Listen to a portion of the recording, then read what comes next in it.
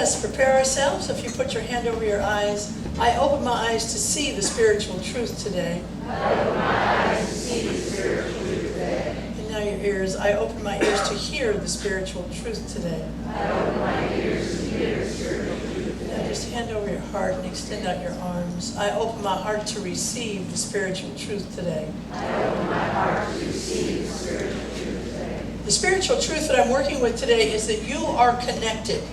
You are connected. You're connected to the Most High God. Whatever you call that presence, whether you call it God or Allah or Elohim or the sacred grandmother tree or goddess, it doesn't matter what you call it. You are connected to that presence that is greater than you are. And you're also connected to the presence of God that is sitting right next to you and everywhere else. You are connected to the poorest person on the planet and the richest person on the planet. You are connected to Mahatma Gandhi and every soldier in every army on every area of this planet. You are connected to Hillary Clinton and you're connected to Donald Trump. Okay? Don't shoot the messenger. I just came here to tell you. Just here to teach the truth here today. All right?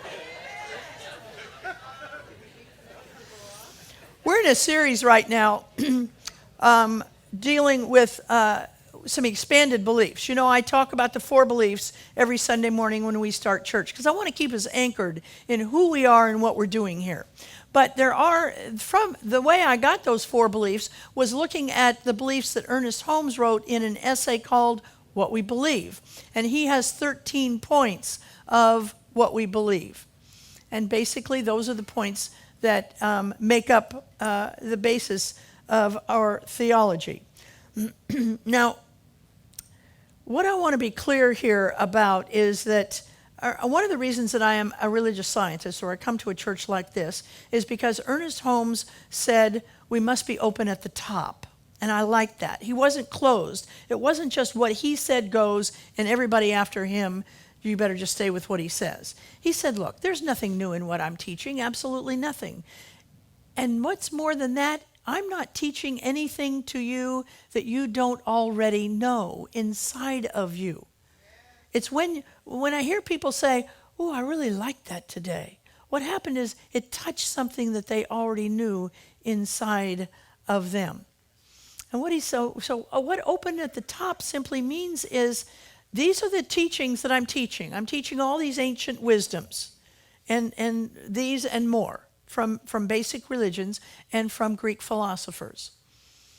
And there's nothing new in what I'm about to teach you. And we are part of a denomination of about 400 churches who believe this very same thing. That's what we are. I don't talk about our denomination much because I know you don't come to church to hear about church politics. But I want you to know that we are part of a bigger movement. And that movement is called the Centers for Spiritual Living. We have cousins, just like the Christians have cousins when there are some Methodists and some Baptists and some Mormons and they're all under the banner of Christianity. Well, we have cousins under the banner of New Thought. Our sisters and brothers in the unity movement, the unity churches. We partner here with Sacramento Unity frequently because we're so closely related. So there's us, there's Unity, and there's a group called Divine Science. They're under our umbrella of New Thought. And then there are many independent New Thought churches like Agape and other independent New Thought churches. We're all under the same umbrella. And we all have unity. Now, here's the thing. Every church needs a dose of humility because otherwise we get into that thinking of we're the only ones. We're the bag of chips and everybody else doesn't really matter to us. And we need to be careful with that in New Thought, as the Christians need to be careful with it, as the Jews need to be careful with it, as the Muslims need to be careful with it. We all need to be careful that we have to have humility as we bring God's word onto the planet. You know, some of you have heard me tell my story, a story I love so much. It's about a young Jewish boy and a young Catholic boy, and they grew up together in the same town. And as much as their families tried to keep them apart, there was just something that these guys liked about each other, and they liked to hang out with each other. And so every chance they got as they were growing up, they'd just hang out together, go play ball together, just do boy things together. And then they became men, and they decided that they wanted to keep their contact going.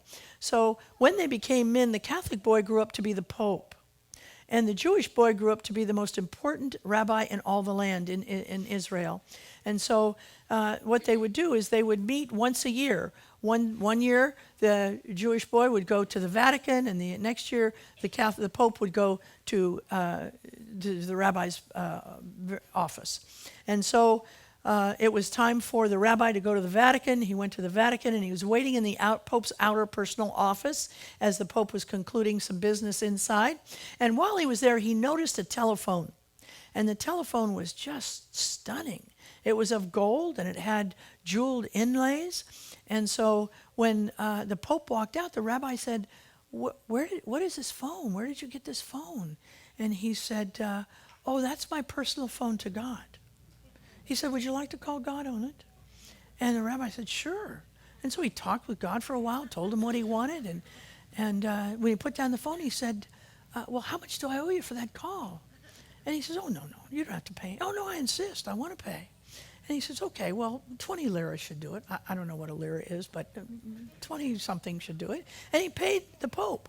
The next week, he went to the rabbi's office, and when he was in the outer office of the rabbi's place, he noticed a silver phone, just gorgeous, with jewels. And so when the rabbi came out of his inner sanctum, he said, Rabbi, what is this phone about? He said, well, you had one, so I thought I would get one. And so he said, would you like to talk to God on it? And the rabbi said, sure, of course I would. And so he talks to God for a while, and he puts down the phone, and he says, how much do I owe you? He said, oh, nothing, absolutely nothing. He said, no, I insist. He said, no, it's not a long-distance call from here.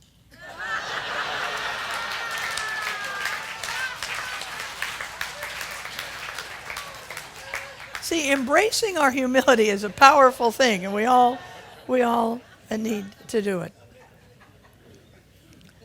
So what I want to do now is just for the next couple of weeks, I don't know how long I'll do it, but it won't be 13 weeks, but every once in a while I'll go in here and look at one. And we went last week, we looked at one, and today we're going to look at this one. We believe in the unity of all life, and that the highest God and the most innermost God is one God. We believe in the unity of all life, and that the highest God and the innermost God is one God. See, it's important to notice that what Ernest Holmes wrote here is that we believe in the unity of all life. He didn't say we should unify. He didn't say God wants us to unify. We just believe that there is a unity of all life. It's happening right now in our life. See, what we want to do, our work is not to get more unified. We can't get more unified. Our work is to get a consciousness of unification. Get a consciousness that we're already there, a consciousness of what already is. So let's break down what this word unity means. It's a word that stems from uni, which means one. There's just one presence. Whatever you want to call that presence, there is just one, and you and I are of it. You and I are of that one presence. Nobody gets left out. Nobody gets left out. The person sitting next to you, the person that you dislike the most in the world, nobody gets left out of this one unification with God. There's not an owl and a rock star and a tree and the sea. There is one life living through many manifestations, through many demonstrations. There is not Jesus and Buddha and Lao Tzu and Moses. There's just one life living through many expressions. There's not a prisoner and a visitor and a guard. There's one life living through many expressions.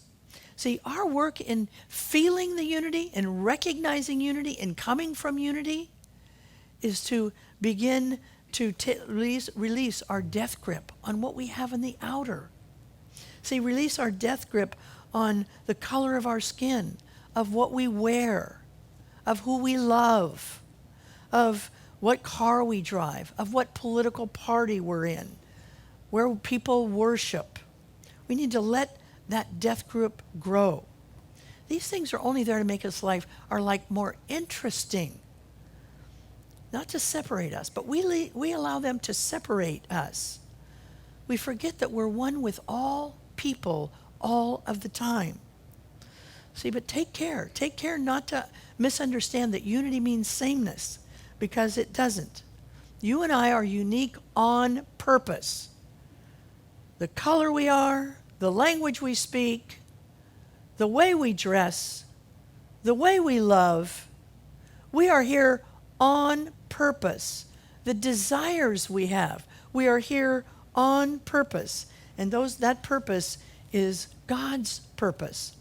See, and when we can get that at a deep enough level, we will walk with so much more joy in our heart. We'll celebrate differences. We won't be afraid of them. We'll begin to celebrate them in our life. Every place where we see a so-called other, we can begin to look for ourselves in that other person. Every event we see as so-called other event, we can find ourselves within it. And when we can find that teaching deep inside of us, we will always fit in wherever we go. And that's a powerful thing, to be able to fit in wherever we go when we can find this teaching, when we can release our grip on the outer. You know, I recently watched a television, it was just a short clip about a really great jazz pianist. And he was African-American jazz pianist, and what he decided in his life before he died, he wanted to understand what made the Ku Klux Klan tick. Now, this was in the 1960s.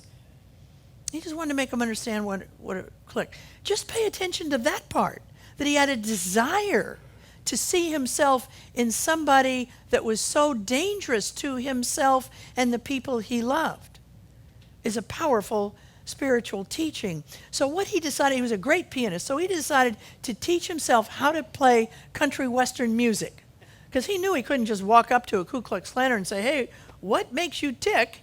So he decided that he would go and he would learn how to be a country western pianist, and he did. And he got a job with a band in a country western bar. And he played, and he was so good that eventually this guy comes up to him and says, "I cannot believe what I'm going to tell you right now. And that is that I think you're the best pianist I've ever seen."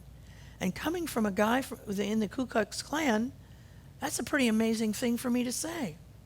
And he knew at that moment he had his opening. And so he kept him talking and kept him talking and kept him talking. And then he said, "Can we sit down and have a drink together?"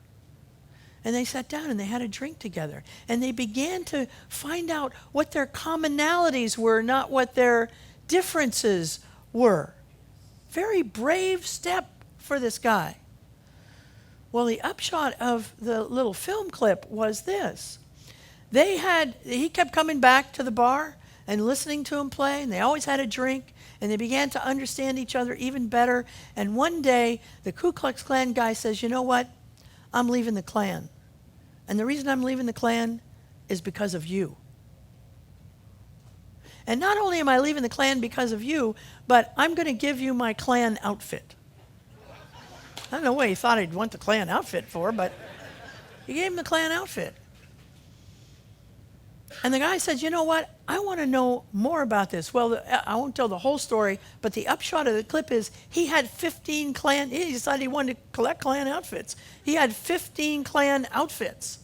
Why did he have 15 Klan outfits? Because he got himself into 15 Klan heads and began to show him who he really was, and began to break down that separation that happens when we have our death grip on the outer.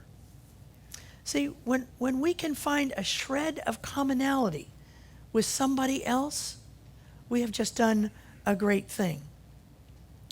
You know, when one of the reasons to begin to break this stuff down is because when we do, we become each other's mental equivalents.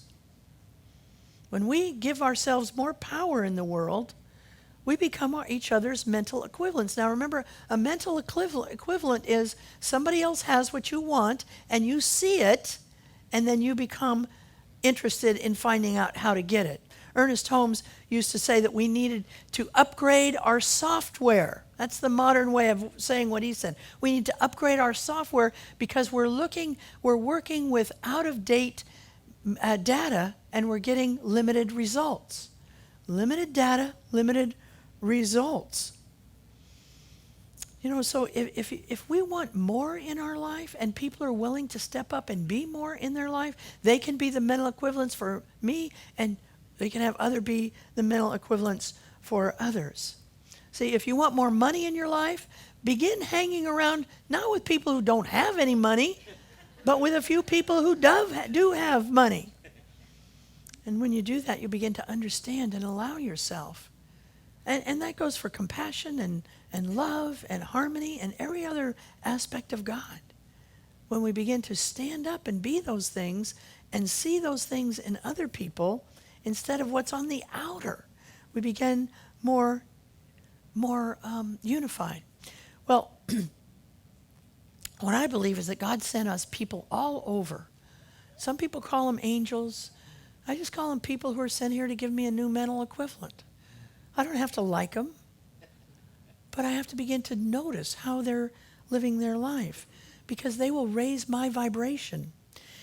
One of the things that people who are wealthy and have good harmony and have generosity of heart and love together, I believe they practice what I call intentional unity.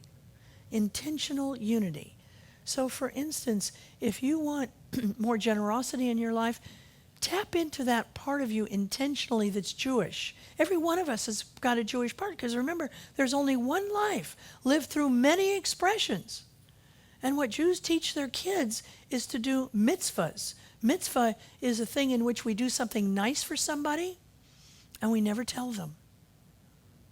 If you want to have more money in your life, tap into that rich part of you and look at the so-called them that are rich in your life. Listen to what they're saying. You'll never hear a rich person say, I live on a limited income, because they know there is no limited income. It's not true. If you want to, next time you go on a trip, when you walk on the airplane, look at the faces of the people who are in first class. You will see they look a lot like us. In fact, Don and I, we wanted to go first class somewhere, and so we saved our money, and we bought first class tickets when we went to a meeting up in Seattle, so we didn't go too far on our first class, but far enough to get the benefits. You know, I don't drink anymore, but Donna got a little champagne, and I got a little blanket, and, you know, they gave us a nice dinner, and it was terrific. We loved it. We came back, on our way back, we sat right next to the bathroom in the very back row, but we have a little work to do on our consciousness, but at the same time, we stuck our foot out there, you see. We began to look and to tap into that. You want to deal with your health? You want more health in your life? Then begin to look at people who are doing things for their health.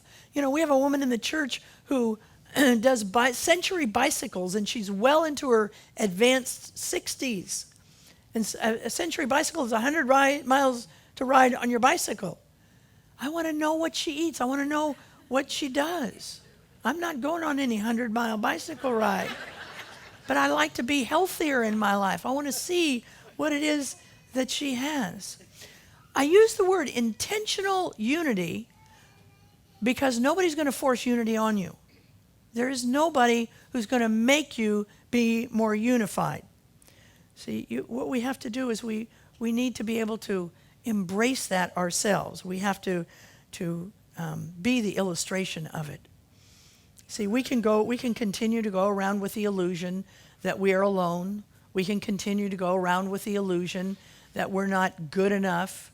We can go around with the illusion that nobody cares about us. We can go around with all those illusions. Or we can begin to look for people who are demonstrating exactly what it is we want. I always want to remember the words when I talk about unity of Maya Angelou. I am one with the beggars and the bastards. We want to remember those because we, not only for compassion, but because it calls us to be the mental equivalents we can be in our lives. That's why it's so important for us not to hide our journey. No matter what your journey is, your screw up may be somebody else's wake up.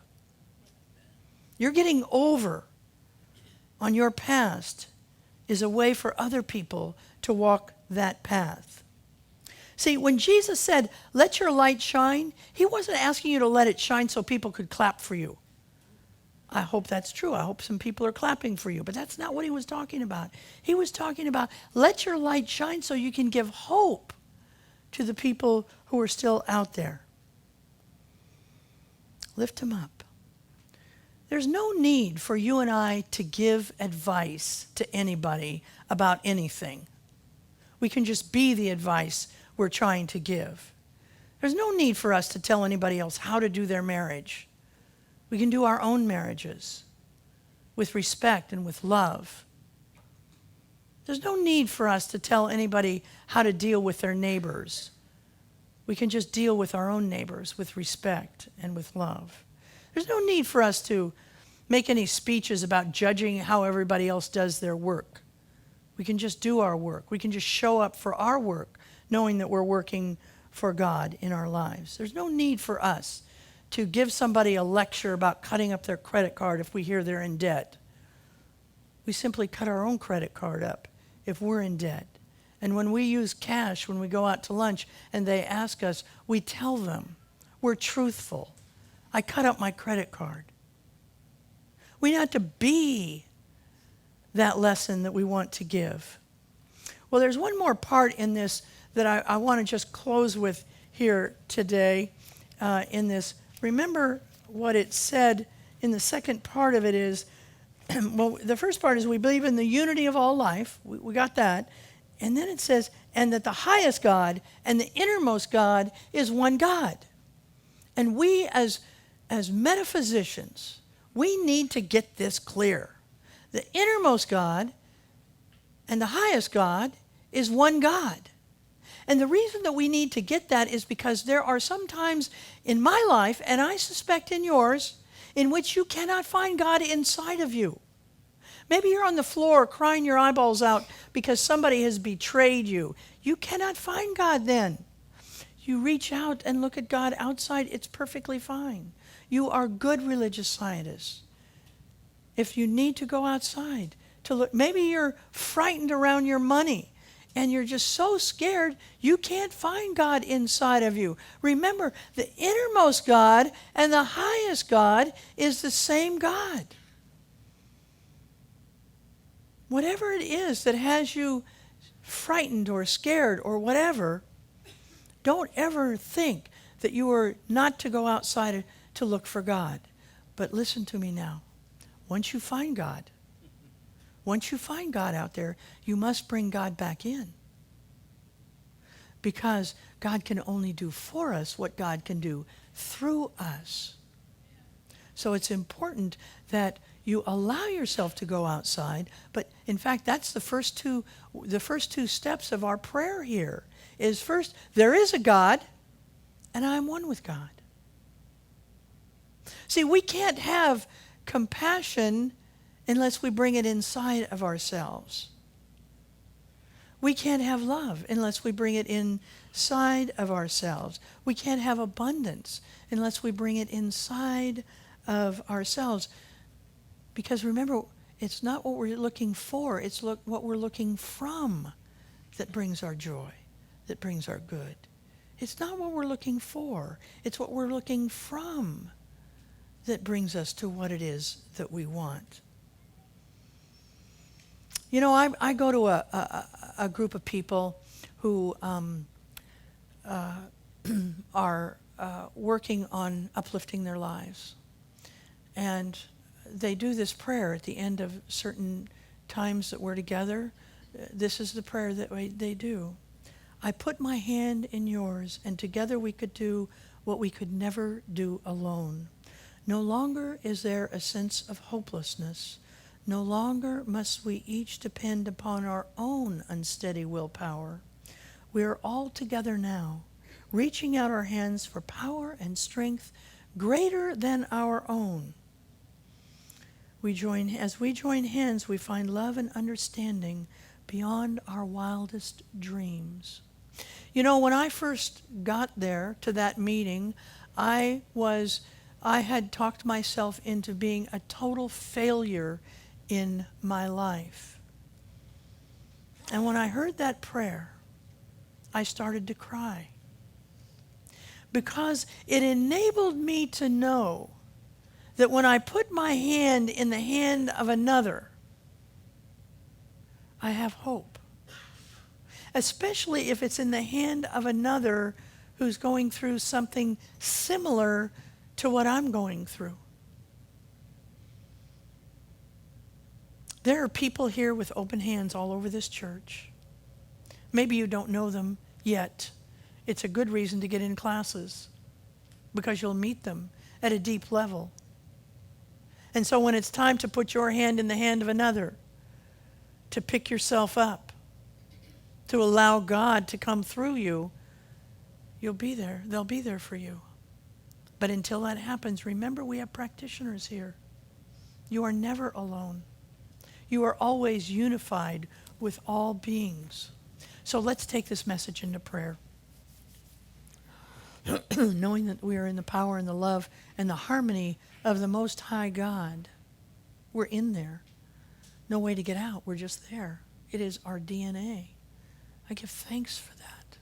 I give thanks for every person who got up to come here this morning to be with us in spiritual community, to see that beautiful dance and to hear Gary's enthusiastic music.